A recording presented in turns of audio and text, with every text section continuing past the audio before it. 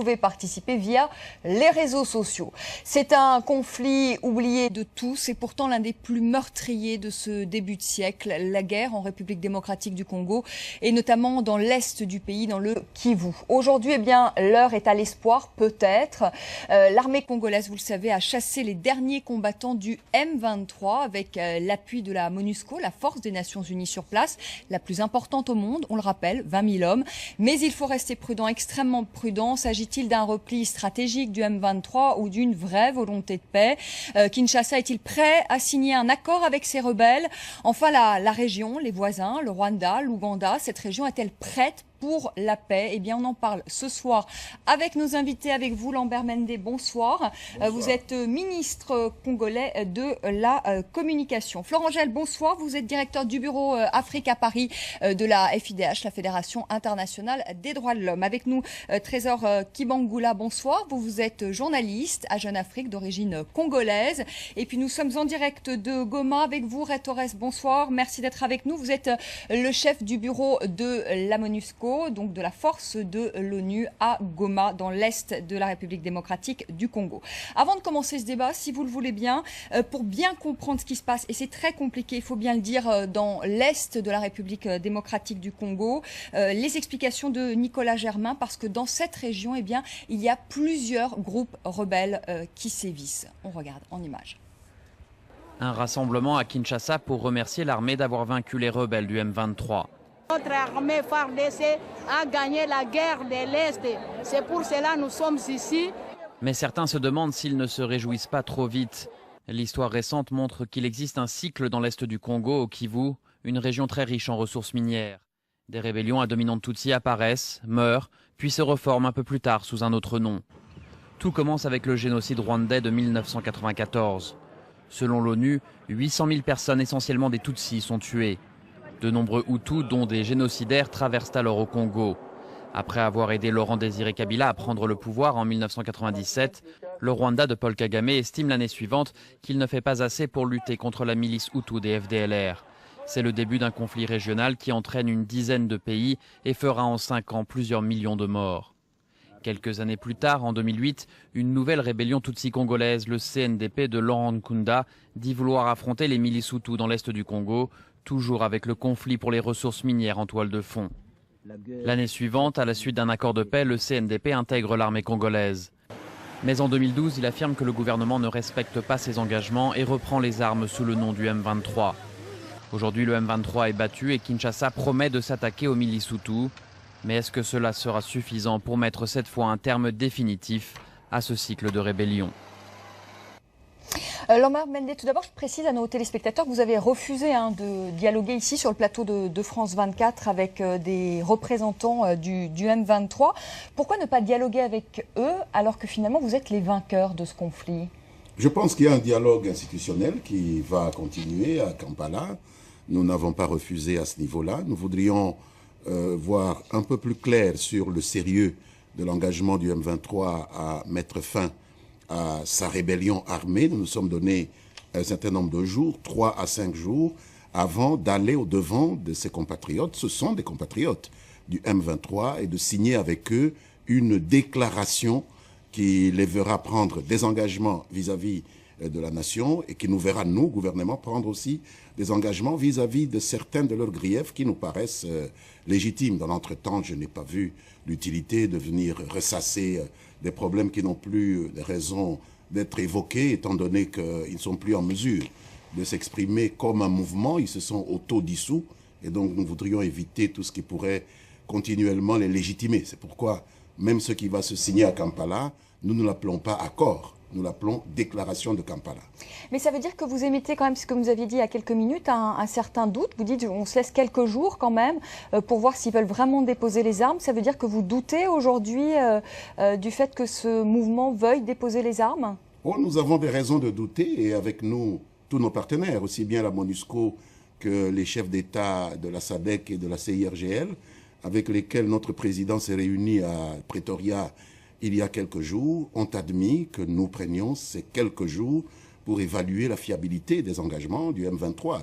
Tant il est vrai que dans un passé récent, ils ont pris pas mal d'engagements qu'ils ont par la suite allègrement violés. Donc nous essayons de faire attention et d'être vigilants. Et quand vous dites nous ne voulons pas signer d'accord, finalement ils n'ont aucune légitimité, qu'est-ce que vous allez faire finalement de ces rebelles du M23 alors? Nous allons signer Parce une que déclaration. Eux attendent d'être réinsérés dans la société, être réinsérés sans doute dans l'armée congolaise. Est-ce que c'est inenvisageable? Oh, certains d'entre eux le seront, certainement, la grande majorité. Ils vont être réinsérés à la condition de ne pas être parmi des personnes présumées coupables de crimes contre l'humanité, de crimes de guerre, de violences sexuelles, de recrutement d'enfants soldats, des choses qui sont exclues par le droit international du bénéfice de l'intégration dans une armée ou d'une amnistie. Mais je dois dire qu'ils n'ont pas trop à s'inquiéter puisque seule une minorité d'entre eux sont dans ce cas. Nous avons à peu près dans le décompte près de 1700 membres du M23. Sur les 1700, nous avons listé une centaine, presque une centaine, qui sont considérés comme des criminels. Donc, ça veut dire que 1600 sont éligibles à l'amnistie, éligibles aussi à la réintégration. Donc, je pense que s'ils se montrent raisonnables, des choses pourront se faire assez correctement. Florent Gel, venez d'entendre Lambert Mende. Est-ce que vous pensez qu'un espoir de paix est possible? Lambert Mende qui tend la main finalement à ces rebelles du M23, qui dit on est prêt à les amnistier, en tout cas pour ceux qui n'ont pas commis de crimes de guerre, prêt à les réinsérer. C'est plutôt bon signe, on peut avoir bon espoir? Les négociations sont toujours un bon signe, les négociations politiques sont toujours importantes puisque les conflits sont, même s'il y a des motivations très économiques dans ces conflits, mais aussi très politiques. On l'a évoqué dans ce reportage, le soutien du Rwanda pour des raisons politiques depuis plus d'une dizaine d'années en est une, les raisons économiques des richesses du territoire congolais en est une autre. Là où nos opinions divergent, c'est sur la réintégration des combattants. On a vu que, mais ça le ministre n'en sera pas étonné, c'est que ça a été une des raisons et un des échecs du brassage du mouvement de brassage. Déjà, de toute façon, les questions de désarmement, réinsertion des combattants sont toujours très compliquées dans les conflits et sont souvent des échecs. Au Congo, ça l'a été particulièrement. On a vu que le brassage des éléments du CNDP... Donc, oui, parce qu'on se rappelle que le CNDP, on le rappelle, voilà, pour nos téléspectateurs, voilà. CNDP ex-M23 avait déjà eu la possibilité de se réinsérer dans l'armée congolaise et que ça n'avait pas fonctionné. Ça n'avait pas fonctionné parce qu'en plus, ils étaient vraiment basés dans leur bastion d'origine. Donc, s'ils avaient été peut-être dans d'autres parties du territoire congolais, on ne serait peut-être pas là. Et puis, c'est toujours très compliqué puisque dès le mot d'ordre d'un de leurs chefs, ils rompent les rangs et ils rejoignent une nouvelle rébellion qu'elle s'appelle M23, CNDP ou autre.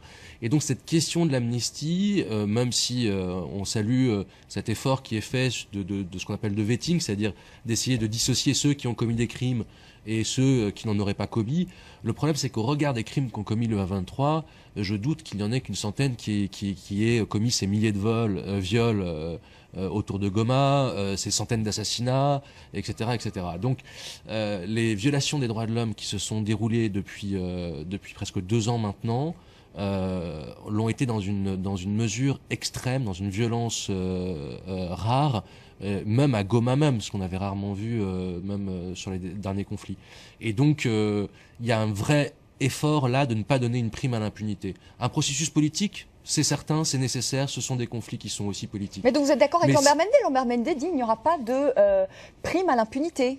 Oui, mais ça, il faut toujours voir l'application des choses. Le principe, évidemment, et maintenant, il faut aussi voir l'application. Donc vous avez des doutes sur le fait que le gouvernement congolais applique ce principe? Non, s'il y a une volonté politique, on est content. Maintenant, il faut voir exactement dans l'application de cet non-accord, de cette déclaration, pour voir si des poursuites vont être réellement engagées contre ces auteurs, car on sait que la lutte contre l'impunité est extrêmement difficile en République démocratique du Congo. Il y a aussi les auteurs de crimes et de violations des droits de l'homme dans l'armée congolaise aussi, qui sont connus. Oui, ça, il ne faut pas l'oublier. Oui. Il ne faut pas l'oublier.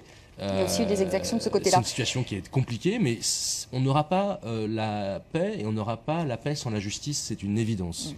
Lambert Mende, les rebelles ont affirmé qu'ils souhaitaient transformer leur mouvement en parti politique. Est-ce que c'est acceptable pour vous? Libre à eux de le faire. Ceux qui ne sont pas destinés à aller devant leur juge, ceux qui ne sont pas destinés à répondre des faits criminels qu'ils ont commis, ont la liberté de s'organiser comme tous les citoyens.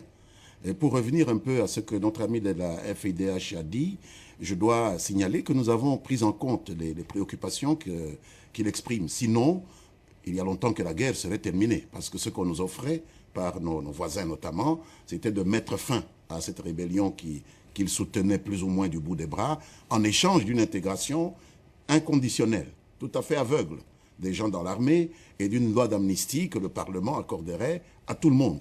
Et nous avons continué à envoyer nos troupes au feu parce que nous n'acceptions pas cette solution-là.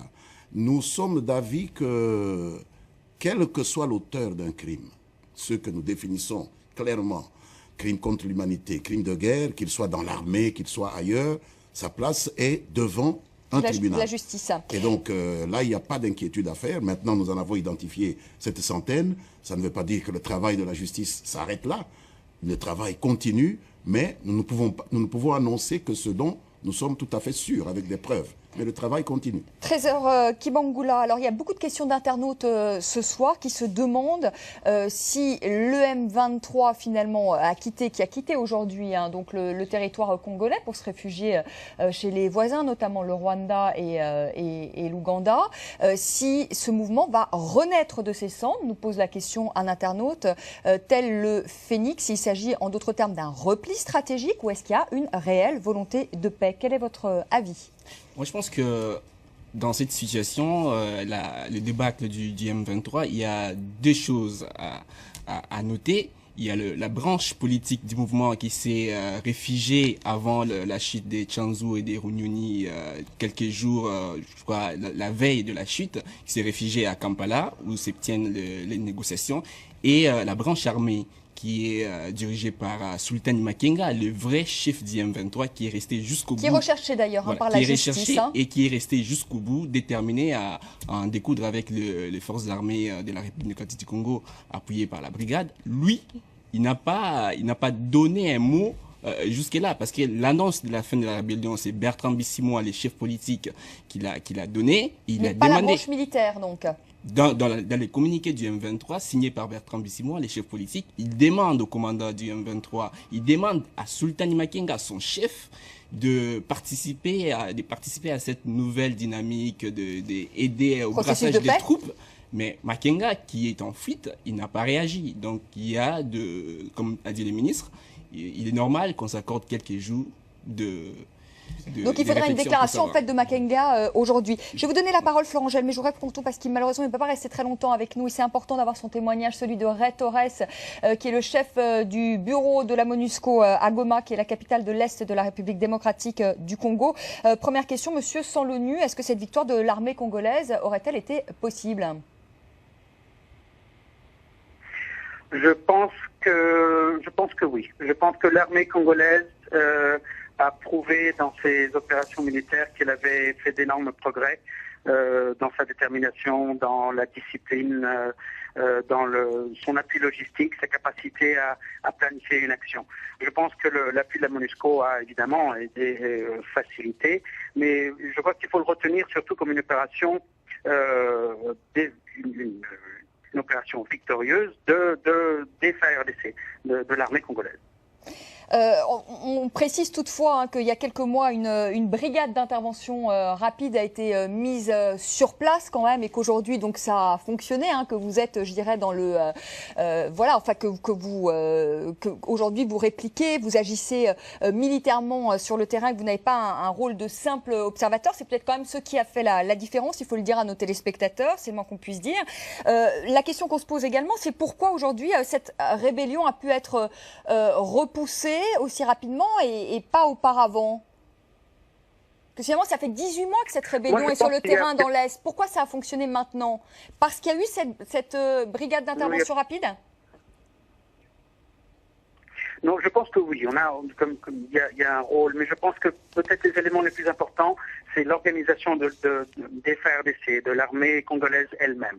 Les efforts qu'ils ont faits de planification et de logistique ne peuvent pas être ignorés. Deuxièmement, je pense que le terrain qui était occupé par le M23, il faut le souligner, un groupe rebelle qui tenait une portion non négligeable de la province du Nord Kivu, de façon totalement illégitime, était très vaste, était certainement au-delà des capacités militaires du M23, en tout cas au-delà de ce que le M23 pensait pouvoir tenir. Troisièmement, il faut se souvenir que la population du Nord Kivu, dans les territoires tenus à l'époque par le M23, n'appuyait pas le M23. Ce n'est pas il ne faut pas commettre l'erreur de croire que le M23 est un mouvement populaire soutenu par la population. Au contraire, les exactions du M23 étaient telles qu'il n'y avait pas cet appui qui souvent est nécessaire à des groupes rebelles de ce type-là. Donc ça, c'est très très important à considérer. Et en dernier, je pense que oui, l'appui de la MONUSCO a joué, nous espérons, un rôle important dans cette bataille. Merci Torres. Si vous pouvez rester avec nous, ce serait formidable pour la seconde partie de ce débat. Florent Gel, je vous ai vu quand même avoir une petite mimique lorsque Torres a dit non, les forces congolaises étaient quand même en premier plan et c'est quand même grâce à elles que le M23 a été chassé. Je vous ai vu quand même un peu dubitatif. Je crois que la première raison, c'est la perte des soutiens politiques du M23. C'est-à-dire que la pression très forte que les Américains, les Occidentaux, même le gouvernement congolais a mis sur le Rwanda et sur différents gouvernements qui étaient leur soutien a joué un rôle décisif. C'est-à-dire que le Rwanda a arrêté plus ou moins de les soutenir. Ça avait été la même chose pour le CNDP, etc. L'ex-rébellion. Parce qu'on rappelle pour nos téléspectateurs quand même qu'ils le sachent, c'est que le M23 est un groupe une rébellion pro-Tutsi, donc proche du pouvoir de... Oui, même proche, plutôt pro-Rwanda en fait. Le Rwanda utilise le M23 pour avoir ce qu'on appelle cette profondeur stratégique, qui est une doctrine militaire du Rwanda, considérant que les milices FDLR, donc pour simplifier les ex-génocidaires au Rwanda, même si c'est Hutu, même si c'est un peu plus compliqué que ça, qui opèrent dans le territoire congolais, pour les repousser le plus loin possible du Rwanda, afin de garantir un tampon de sécurité en quelque sorte. Je pense que la perte du soutien financier et politique du Rwanda pour le M23 lui a été fatale.